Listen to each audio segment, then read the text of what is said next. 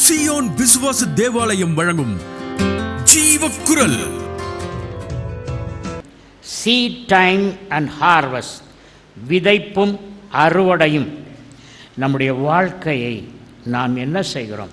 ஒவ்வொரு விசுவாசியும் பார்த்து இந்த கேள்வி கேட்க வேண்டும். யுத்த குதிரையா அல்லது பொய்க்கால் குதிரையா? குதிரை என்ற பதம் வேதத்திலே 41 தடவை வருகிறது.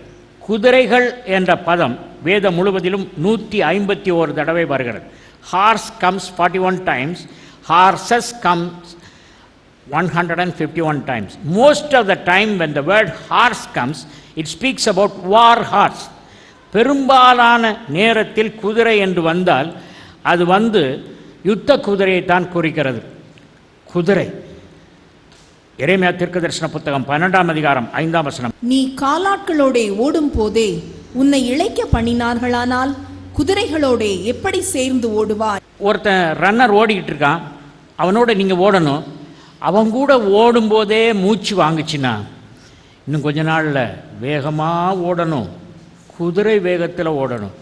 குதிரை தான் அழகாக ஓடக்கூடிய ஒரு மிருகம். மாடை விட குதிரை ரொம்ப ஸ்ட்ராங்காக இருக்கும். மேன் ஓ வார் என்ற ஒரு குதிரை இருந்தது. உலகத்தில் 1919ஆம் ஆண்டு அந்த குதிரை மிக ஃபேமஸ் குதிரையாக இருந்தது. அது எத்தனையோ பேர் ஃபோட்டோ எடுத்தார்கள்.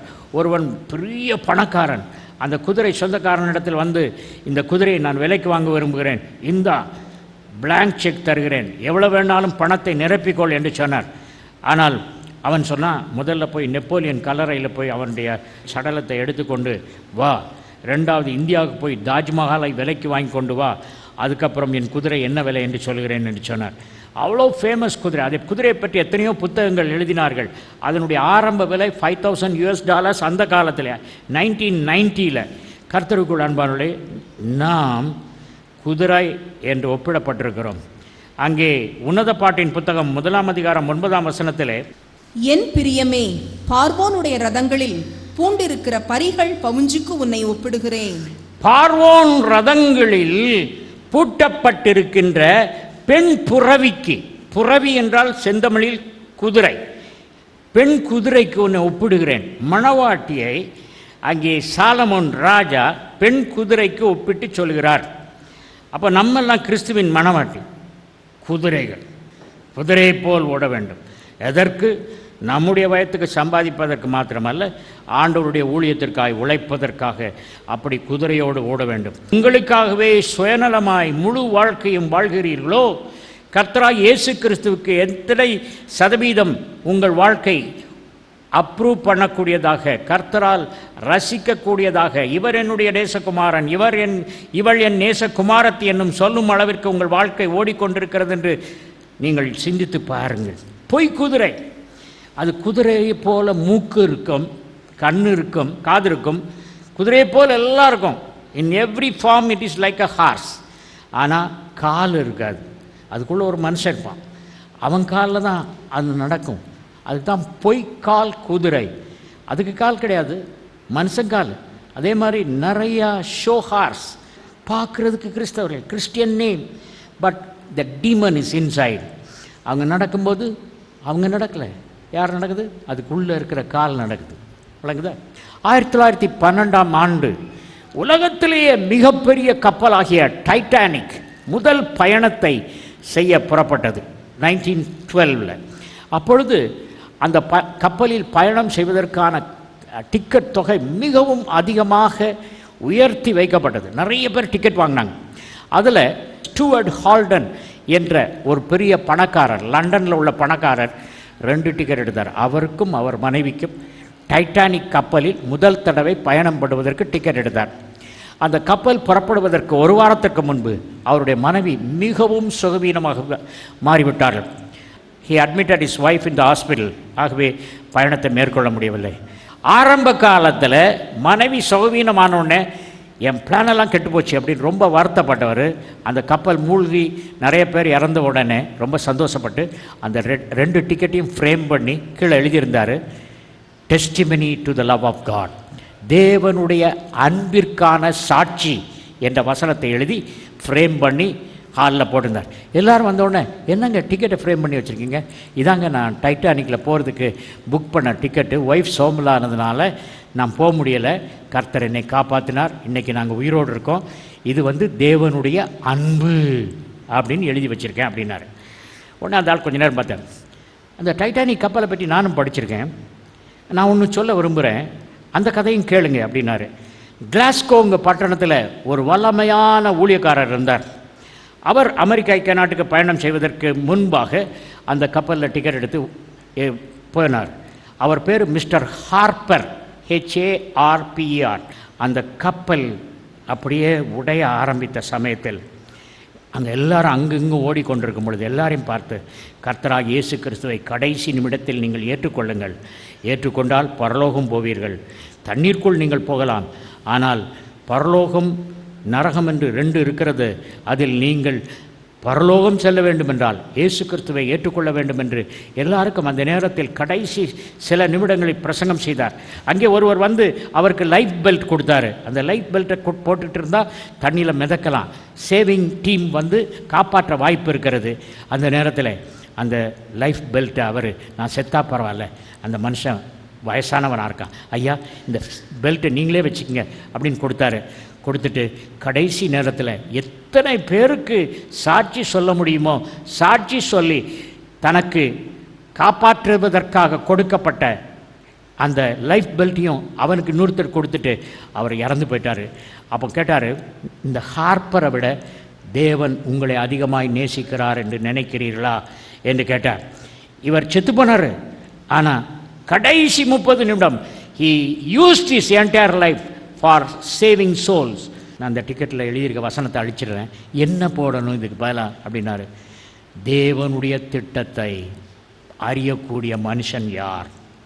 ஆகவே நான் ஒப்புக்கொள்கிறேன், கடைசி நிமிடத்தில் ஆத்துமக்களை ஆதாயம் பண்ணுவதற்கு இயேசுவை பற்றி தன் மரணத்தை பற்றி சிந்திக்காமல் சொன்ன அந்த மனிதன் தேவன் அதிகமாக நேசிக்கிறார். ஆகவே அவருடைய அநாதி தீர்மானம், நான் உயிரோடு இருக்கும் நிலையில் தேவ அன்பை ருசித்தேன், மரணத்தை சந்தித்த அவர் தேவ அன்பை ருசித்தார், ஆகவே அவர்தான் பெரியவர் என்று சொல்லி இந்த டிக்கெட் வாங்கின ஸ்டூவர்ட் ஹோல்டன் ஒப்புக்கொண்டாராம். இப்பொழுது விதைப்பும் அறுப்பும், there are certain earthly laws, there are certain heavenly laws. பூலோகத்து விதிகளும் இருக்கின்றன. லாஸ் என்றால் பிரமாணம் என்பது சமஸ்கிருதம், சட்டம். ஆவிக்குரிய சட்டங்கள் உண்டு, பூலோகத்துக்குரிய சட்டங்கள் உண்டு. லா ஆஃப் கிராவிட்டின்னு இருக்குது, பூலோகத்துக்குரிய ஒரு சட்டம். ஒரு கல்லை போட்டால் கீழே விழுந்துடும், அது பூலோகத்துக்குரிய ஒரு சட்டம். சில சட்டங்கள் சின்ன சட்டங்கள், லோயர் லாஸ். சில சட்டங்கள் ஹையர் லாஸ், உயர்ந்த சட்டங்கள். உதாரணமாக புவியீர்ப்பு சக்தி, ஒரு கல்லை போட்டிங்கன்னா கீழே விழுது, அது புவியீர்ப்பு சக்தியினால் கல் பூலோகத்துக்கு இழுக்கப்படுகிறது. அதே நேரத்தில் விமானம் 250 பேரை தூக்கி கொண்டு, அவ்வளோ பேர் லக்கேஜையும் சூட்கேஸையும் தூக்கி கொண்டு 30,000 அடி உயரத்தில் அது பறக்கிறது. Because the aeroplane has switched over from the law of gravity, from the low law of gravity into a greater law of aerodynamics. அது புவியீர்ப்பு சக்தி என்னும் சின்ன சட்டத்திலிருந்து அது ஏரோடைனமிக்ஸ் என்ற காற்றழுத்த சட்டத்திற்குள் அது போகிறதுனால இந்த சட்டத்தை அதற்கு கீழ்ப்படியாது. ஆகவே சட்டங்கள் பல உலகத்தில் இருக்கிறது. அந்த சட்டங்களில் ஒரு சட்டம் தான் ஆதியாகமம் 8ஆம் அதிகாரம் 22ஆம் வசனம். பூமியுள்ள நாளளவும் விதைப்பும் அறுப்பும், சீதளமும் உஷ்ணமும், கோடை காலமும் மாரி காலமும், பகலும் இரவும் ஒழிவதில்லை என்று தம்முடைய உள்ளத்தில் சொன்னார். அநேக வசனங்களை ஆவியானவர் மனுக்குலத்திற்கு எழுதி கொடுத்திருக்கிறார் வேதமாய். அந்த வேதத்தில் எழுதப்பட்ட சில வசனங்கள் தேவன் தனக்குள்ளே சிந்தித்த சிந்தனைகள். இந்த வசனத்தை தேவன் யாருக்கும் சொல்லலை, மோசைக்கு சொல்ல, யாருக்கும் சொல்ல, தன்னுடைய மனதிலேயே சிந்தித்தார். மனுக்குலம் இருக்கும் நாளளவும், விதைக்கும் காலமும், அறுவடை காலமும், குளிரும் வெப்பமும், கோடை காலமும் குளிர்காலமும், பகலும் இரவும் என்றும் ஓய்வதில்லை என்று தேவன் சொன்னார். விதைப்பும் அறுப்பும். கர்த்தருக்குள் அன்பானவர்களே, விதைப்பு என்று ஒன்று இருந்தால் அறுப்பு என்று ஒன்று கட்டாயம் இருக்கும். நீங்கள் இந்த உலகத்தில் எதை விதைக்கிறீர்களோ அதை அறுப்பீர்கள். கோதுமையை விதைத்துவிட்டு கேப்பையை அறுக்க முடியாது. எதை விதைக்கிறீர்களோ அதைத்தான் அறுக்க முடியும். நல்ல செயல்களை விதைத்தால் நல்ல செயல்களை அறுவடை செய்வீர்கள். நல்ல வார்த்தைகளை விதைத்தால் நல்ல வார்த்தைகளை அறுவடை செய்வீர்கள். இன்றைக்கு ஒன்றும் தெரியாமல் விதைக்கிறீர்கள், நாளைய தினத்திலே அதை அறுவடை செய்ய வேண்டியது இருக்கும் என்பது மறந்து போகிறோம். ஆகவே சில விதைகளை பற்றி நான் பிறகு சொல்ல விரும்புகிறேன். அதற்கு முன்பு கலாத்தியர் 6ஆம் அதிகாரம் 7ஆம் வசனம். மோசம் போகாதிருங்கள், தேவன் தம்மை பரியாசம் பண்ண விட்டார். மனுஷன் எதை விதைக்கிறானோ அதையே அறுப்பான். தீமையை விதைத்துவிட்டு நன்மையை அறுவடை செய்ய பார்க்க முடியாது. கேட்டை விதைத்துவிட்டு நலனை அறுவடை செய்ய பார்க்க முடியாது. ஒரு சமயத்தில் பக்கத்து வீட்டு 2 குழந்தைகள் இருந்தன. ஒரு குழந்தை ஒரு பொம்மை, ஒரு பெரிய பொம்மை ஒன்று வைத்திருந்தது. அந்த பொம்மை துணியினால் தைக்கப்பட்டு உள்ளுக்குள்ளே அந்த பொம்மைக்குள்ளே கோதுமை மணியை பேக் பண்ணி அந்த பொம்மை ஹேண்டிகிராஃப்டாக கைவினை பொருளாக தயாரிக்கப்பட்டிருந்தது. அந்த பொம்மை ரொம்ப அழகாக இருந்ததுனால அந்த பக்கத்து வீட்டு பிள்ளை என்ன செய்ச்சு, அந்த வீட்டுக்கு போகும்போது அந்த பொம்மையை எடுத்துச்சு. குற்ற உணர்ச்சி, அதனால் அதை தப்பு செய்ததை கண்டுபிடிச்சிருவாங்கன்னு கொண்டு போச்சிச்சு. கொஞ்ச நாள் கழித்து பார்த்தா கோதுமை முளைச்சிருக்கு. கை, தலை, உடல், கால். அப்போ அப்படியே கோதுமை முளைச்சி வந்தோடனே அந்த துணியெல்லாம் கிழிஞ்சி முளைச்சி வந்தோடனே இந்த பொண்ணு பார்த்துச்சு, மறைச்சி உள்ளே வச்சுருந்தாலும் எதை விதைச்சியோ அது வந்துச்சு. அந்த பிள்ளைய கூப்பிட்டு, இது என்னங்க இது, என் பொம்மை மாதிரியே இருக்குது அப்படின்னாரு. சாரிம்மா, நான் தான் திருடிட்டேம்மா. அந்த அம்மா, அந்த சின்ன பிள்ளையோடைய தாயார் மன்னிப்பு கேட்குறாங்க. என் மக தான் திருடிட்டாங்க, என் மக தான் திருடிட்டான், இதை ஒழிச்சு வச்சுட்டா. என்கிட்ட சொன்னால் அது எங்கேயாவது ஒழிச்சாது வை, நான் தான் சொல்லி கொடுத்தேன், இப்போ ஒழிச்சு வச்சுட்டா. ஆனால் இது வெளியே வந்துருச்சு. What ever you sow, you cannot hide it. It will sprout. You don't understand. You are a Christian, but you don't understand the principle of sowing and reaping. மோசம் போகாதிருங்கள், தேவன் தம்மை பரியாசம் பண்ண விட்டார். நீ வேற எதையோ விதைச்சிட்டு வேற எதையோ அறுவடை செய்யணும்னு சொல்லி தேவனை பரியாசம் பண்ணாத. பரியாசம்னா கேலி பண்ணாத. when you are a Christian, behave like a Christian, walk like a Christian, not like a பொய்க்கால் குதிரை. விதைப்பும் அறுப்பும் there is a time. In English Bible, sowing time and harvest. விதைச்ச உடனே அறுவடை பண்ண மாட்டோம். அது நம்ம காலம். விதைச்சி முளைச்சி அதனுடைய அறுவடை வந்து கொண்டிருக்கிறது. நீங்கள் இதுவரைக்கும் விதைத்திருப்பீர்கள் என்றால் எதை விதைத்தீர்களோ அதற்கான பலன் உங்களை தேடி வந்து கொண்டிருக்கிறது. நல்லதை விதைத்தீர்கள் என்றால், ஊழியத்தில் பணத்தை விதைத்தீர்கள் என்றால் அதற்கான பலன் வந்து கொண்டே இருக்கிறது. You have to harvest it. There is no other go, no exception, no alternative. It is inevitable that you harvest what you have sown. கர்த்தருக்குள் அன்பானவர்களே, இந்த வேர்ல்டில் 2 விதமான விதைப்பை குறித்து வேதம் பேசுகிறது. கலாத்தியர் 6ஆம் அதிகாரம் 8ஆம் வசனம். தன் மாம்சத்திற்கென்று விதைக்கிறவன் மாம்சத்தினால் அழிவை அறுப்பான், ஆவிக்கென்று விதைக்கிறவன் ஆவியினாலே நித்திய ஜீவனை அறுப்பான். 2 வித விதைப்புகள், 2 வித அறுவடைகள். There are 2 kinds of sowing, there are 2 kinds of harvest. தன் மாம்சத்திற்கென்று விதைக்கிறவன் எவனோ அவன் அதையே அறுப்பான். மாம்சத்திற்கென்று விதைக்கிறவன் மாம்சத்தினால் அழிவை அறுப்பான். ஆவிக்கென்று விதைக்கிறவன் ஆவியினாலே நித்திய ஜீவனை அறுப்பான். மாம்சத்திற்கென்று விதைகள். இந்த விதைப்பில் sowing unto flesh, sowing unto the spirit. நம்ம செய்கிற ஒவ்வொரு விதைப்பும் காலையிலேருந்து சாயங்காலம் வரைக்கும் நம்ம ஆவிக்குரிய விவசாயிகள். we are spiritual farmers. ஆவிக்குரிய விவசாயிகள்.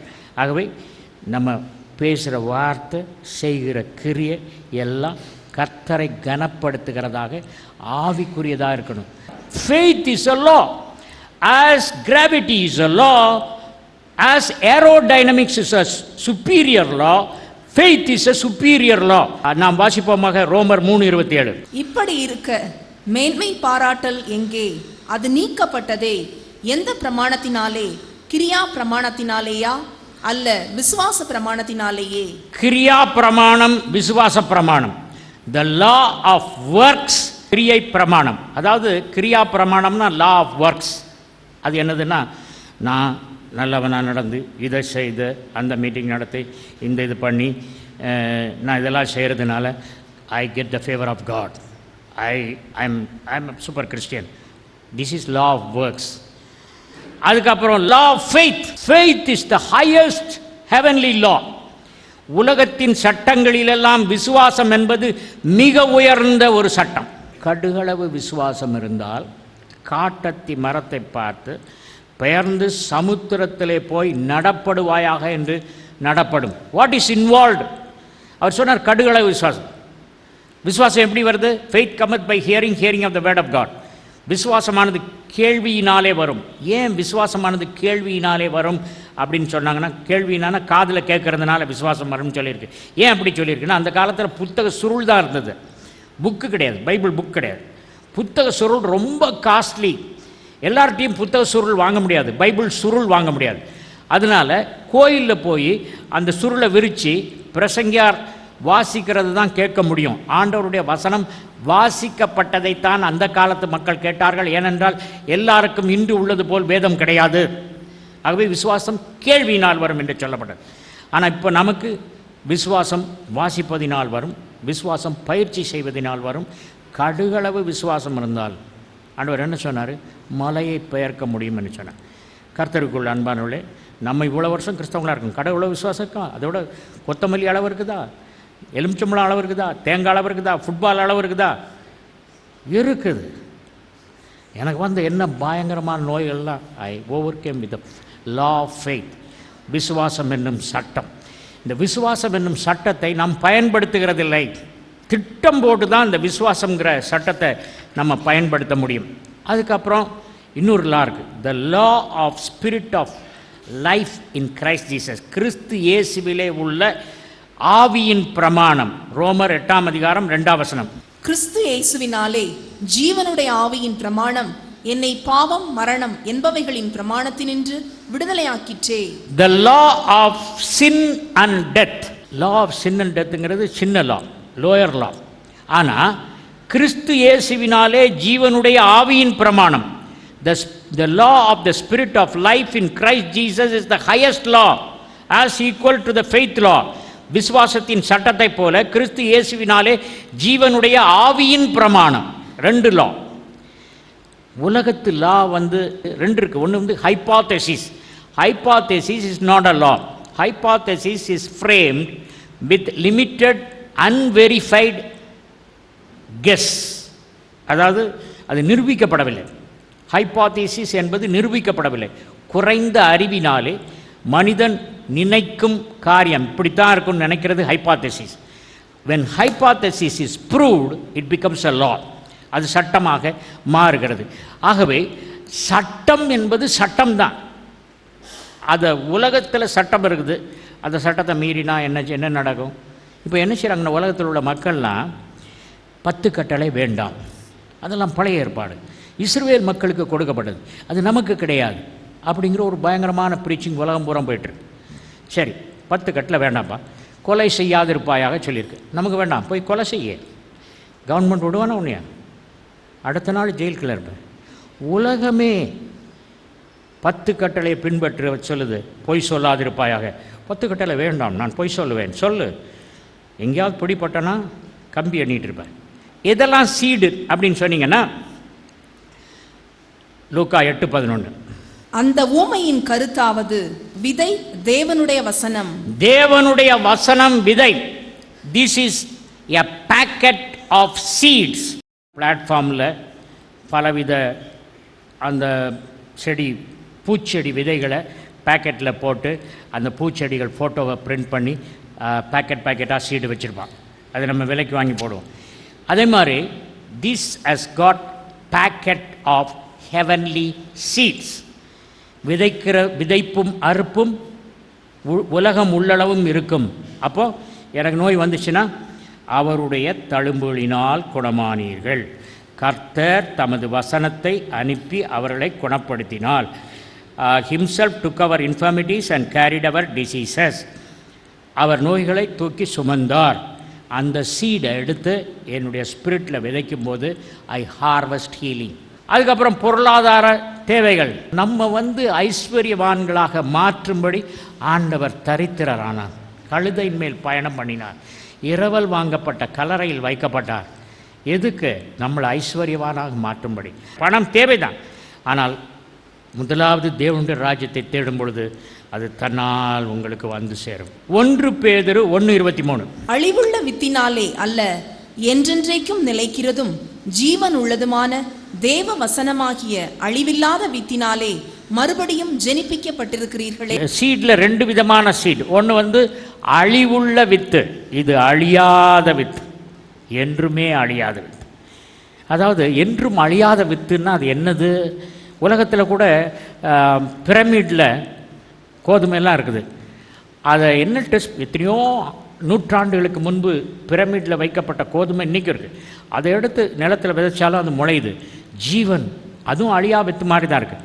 அப்போ நான் கேட்டேன், கோதுமைக்கும் இந்த வசனத்துக்கும் அழியாத வித்து, அழிவுள்ள வித்து அல்லன்னு சொல்லியிருக்கீங்களே, என்னன்னு கேட்டேன். நீங்கள் வசனத்தை படிக்கிறீங்க, பரலோகத்துக்கு ஆவி போகுது, ஆவி தன்னை தந்த தேவனிடத்துக்கு போகுது. அப்பொழுது நீங்கள் படித்த வசனமும் உங்களோடு கூட போகும். இந்த உலகத்தில் நீங்கள் படித்த வசனம் பரலோகத்தில் உங்களோடு கூட போகும். Okay, the word of God will go with you, உங்களோடு கூட போகும். நீங்கள் வாசிக்கும் வசனம் உங்களுடைய ஆவியில் பதிப்பிக்கப்படுகிறது. It is printed in your spirit as this book is printed with ink. இந்த வசனத்தை படிக்கும்போது அது உங்களுக்குள்ளே போகுது. எவ்வளோ வசனம் போயிருக்கோ அவ்வளோ வசனம் தான் ஆண்டவருடைய பிரசன்னத்துக்கு முன்னால் போக முடியும். தேவ பிரசன்னத்துக்குள்ளே அவ்வளோதான் போக முடியும். கர்த்தர் உங்களை பார்க்கிறார். விசுவாசம் இல்லாமல் வசனத்தை கேட்டவர்கள் அவர்களுக்கு பலனளிக்கவில்லை என்று ஒரு வசனம் இருக்குது. வசனத்தை வாசிக்கிறது எதுக்கு? ப்ராக்டிக்கலாக லைஃப்பில் ட்ரான்ஸ்ஃபார்ம் பண்ணுறதுக்கு. ஆண்டவர் பார்த்து ஒன்றே சொல்லணும், என் நேசகுமாரன் செய்கிறதெல்லாம் நான் சீல் போட்டு அப்ரூவ் பண்ணுறேன். He is a person who supports the cause of Christ என்று சொல்ல வேண்டும். சரி, 2 கொரிந்தியர் 9:6-7. பின்னும் நான் சொல்லுகிறது என்னவெனில், சிறுக விதைக்கிறவன் சிறுக அறுப்பான், பெருக விதைக்கிறவன் பெருக அறுப்பான். அவனவன் விசனமாயும் அல்ல கட்டாயமாயும் அல்ல, தன் மனதில் நியமித்தபடியே கொடுக்க கடவன். உற்சாகமாய் கொடுக்கிறவனிடத்தில் தேவன் பிரியமாயிருக்கிறார்.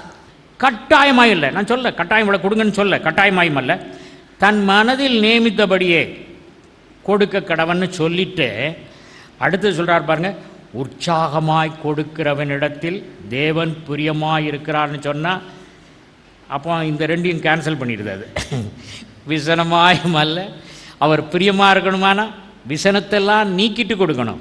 அவர் பிரியமாக இருக்கணும்னா கட்டாயத்தெல்லாம் நீக்கிட்டு கொடுக்கணும். கலாத்தியருக்கு பவுல் கொடுக்கறத பற்றி ரொம்ப பிரசங்கம் பண்ணார். அதனால் கொரிந்து திருச்சபையில் அவங்களுக்கு அவ்வளோ டீச்சிங் கிடையாது காசு கொடுக்கறத பற்றி. 1 கொரிந்தியர் 16:1. பரிசுத்தவான்களுக்காக சேர்க்கப்படும் தர்ம பணத்தை குறித்து நான் கலாத்தியா நாட்டு சபைகளுக்கு பண்ணின திட்டத்தின்படியே நீங்களும் செய்யுங்கள். கலாத்திய நாட்டுக்கு, கலாத்தியா திருச்சபைக்கு பவுல் என்ன சொன்னார்? நீங்கள் எப்படி எப்படி கொடுக்கணும்னு டீச்சிங் கொடுத்தாரு. அதை நீங்கள் பார்த்து கேட்டு வாங்கி நீங்கள் கொடுங்க என்று சொன்னார். கர்த்தருக்குள் அன்பானுடைய தேவன் உலகத்தை படைத்த பொழுது பூமிக்கு என்ன கட்டளை கொடுத்தார் தெரியுமா? ஆதியாகமம் 1:11. அப்பொழுது தேவன் பூமியானது புல்லையும் விதையை பிறப்பிக்கும் பூண்டுகளையும் பூமியின் மேல் தங்களில் தங்கள் விதையுடைய கனிகளை தங்கள் தங்கள் ஜாதியின்படியே கொடுக்கும் கனி விருட்சங்களையும் முளைப்பிக்க கடவது என்றார். அது அப்படியே ஆயிற்று. கர்த்தருக்குள் அன்பார்களே, நம்ம எப்படி படைக்கப்பட்டிருக்கோம்? மண்ணிலிருந்து உருவாக்கப்பட்டவர். ஆடம் அப்படிங்கிற சொல் அதாமா, எபிரேயத்தில் அதாமானா சிவந்த மண். மண்ணிலிருந்து உருவாக்கப்பட்டவன் ஆதாமா. இது மண்ணு தான். இதில் என்னத்தை விதைக்கிறீங்களோ அதுவும் அறுவடை உண்டாகும். ஏசாயா 55:10 விதைக்கிறவனுக்கு விதையையும் புசிக்கிறவனுக்கு ஆகாரத்தையும் கொடுக்கும் தேவன். விதைக்கிறவனுக்கு விதை கொடுக்குறாரு. இப்போ ஒரு விவசாயி நிலத்தில் விதைக்கிறான். விதைத்து வந்த அறுவடையின் பலனை பாதியை களஞ்சியத்தில் வைப்பான் தன்னுடைய குடும்பத்துக்கு, அடுத்த பாதியை மறுபடியும் விதைக்கிறதுக்கு வைப்பான். ஆகவே நீங்கள் வசனத்தை உங்களுக்குள் விதைத்தால் மாத்திரம் போதாது, அந்த வசனத்தை மற்றவர்களுக்கும் விதைக்க வேண்டும். 1 கொரிந்தியர் 3:6-7. நான் நட்டேன், அப்பல்லோ நீர் பாய்ச்சினான், தேவனை விளையச் செய்தார். அப்படி இருக்க நடுகிறவனாலும் ஒன்றுமில்லை, நீர் பாய்ச்சுகிறவனாலும் ஒன்றுமில்லை, விளையச் செய்கிற தேவனாலே எல்லாம் ஆகும். இது ஒரு பெரிய பிரின்சிபல். அந்த காலத்தில் கொரிந்து திருச்சபையில் 4 குரூப் இருந்தது. அப்பல்லோவை சேர்ந்தவன் நான், அதுக்கப்புறம் பவுலை சேர்ந்தவன் நான், பேதுருவை சேர்ந்தவன் அப்படின்னு சொல்லிட்டு குரூப் இருந்தது. யார் அப்பல்லோ? அப்பல்லோ வந்து யோவான் ஸ்நானகரின் சீடன், அலெக்சாண்ட்ரியா என்ற நாட்டைச் சேர்ந்த ஒரு யூதன். அவன் வந்து நீர் பாய்ச்சினான். அவன் ரோல் ஒன்றும் இல்லை. ஆனால் அது என்ன சொல்லுகிறது? விளையச் செய்கிறவன் தேவனே என்று சொல்லப்பட்டிருக்கிறது. பார்க்க கர்த்தருக்குள் அன்பான அந்த காலத்தில் இந்த மாதிரி 4 குரூப் இருந்தது. எந்த சர்ச்சில் குரூப்பிசம் இருக்குதோ அந்த சர்ச்சுக்கு ப்ராப்ளம். 1 கொரிந்தியன்ஸ் 1:12, 1 கொரிந்தியர் 1:12. உங்களில் சிலர் நான் பவுலை சேர்ந்தவன் என்றும், நான் அப்பல்லோவை சேர்ந்தவன் என்றும், நான் கேபாவை சேர்ந்தவன் என்றும், நான் கிறிஸ்துவை சேர்ந்தவன் என்றும் சொல்லுகிறபடியால் நான் இப்படி சொல்லுகிறேன். ஒவ்வொருத்தரும் 4 குரூப்பு. நான் இவங்களை சேர்ந்தவன், உங்களை சேர்ந்தவன், அந்த ஸ்பிளிட் வரவே கூடாது. மெய்யாகவே மெய்யாகவே நான் உங்களுக்கு சொல்கிறேன், கோதுமை மணியானது நிலத்தில் விழுந்து சாகாவிட்டால் தனித்திருக்கும், செத்ததே ஆகியில் மிகுந்த பலன் தரும். நம்மெல்லாம் கோதுமை மணியாக இருக்கிறோம். ஒரு கோதுமை மணி கல்வாரி சிலுவையில் மரித்ததின் பயன் இத்தனை கோதுமை மணிகள் உருவாகி இருக்கிறதை நாம் பார்க்கிறோம். In a church, when a collector comes and a watchman comes, they all sit together. There is not separate seat. I know certain churches, இந்த ஜாதிகாரங்களுக்கு இந்த பெஞ்சு, அவங்களுக்கு தர இது அப்படின்லாம் வச்சு சர்ச்சஸ் இருக்குது. Where Jesus will not visit. All are equal. Our worldly position should not come into play of Christian life. We have to forget about it. Okay? ஜீவக்குரல் 14/1, Mangammal சாலை, KK நகர் அஞ்சல், திருச்சி 620021, தமிழ்நாடு, தென்னிந்தியா. மொபைல் எண் 919025432432.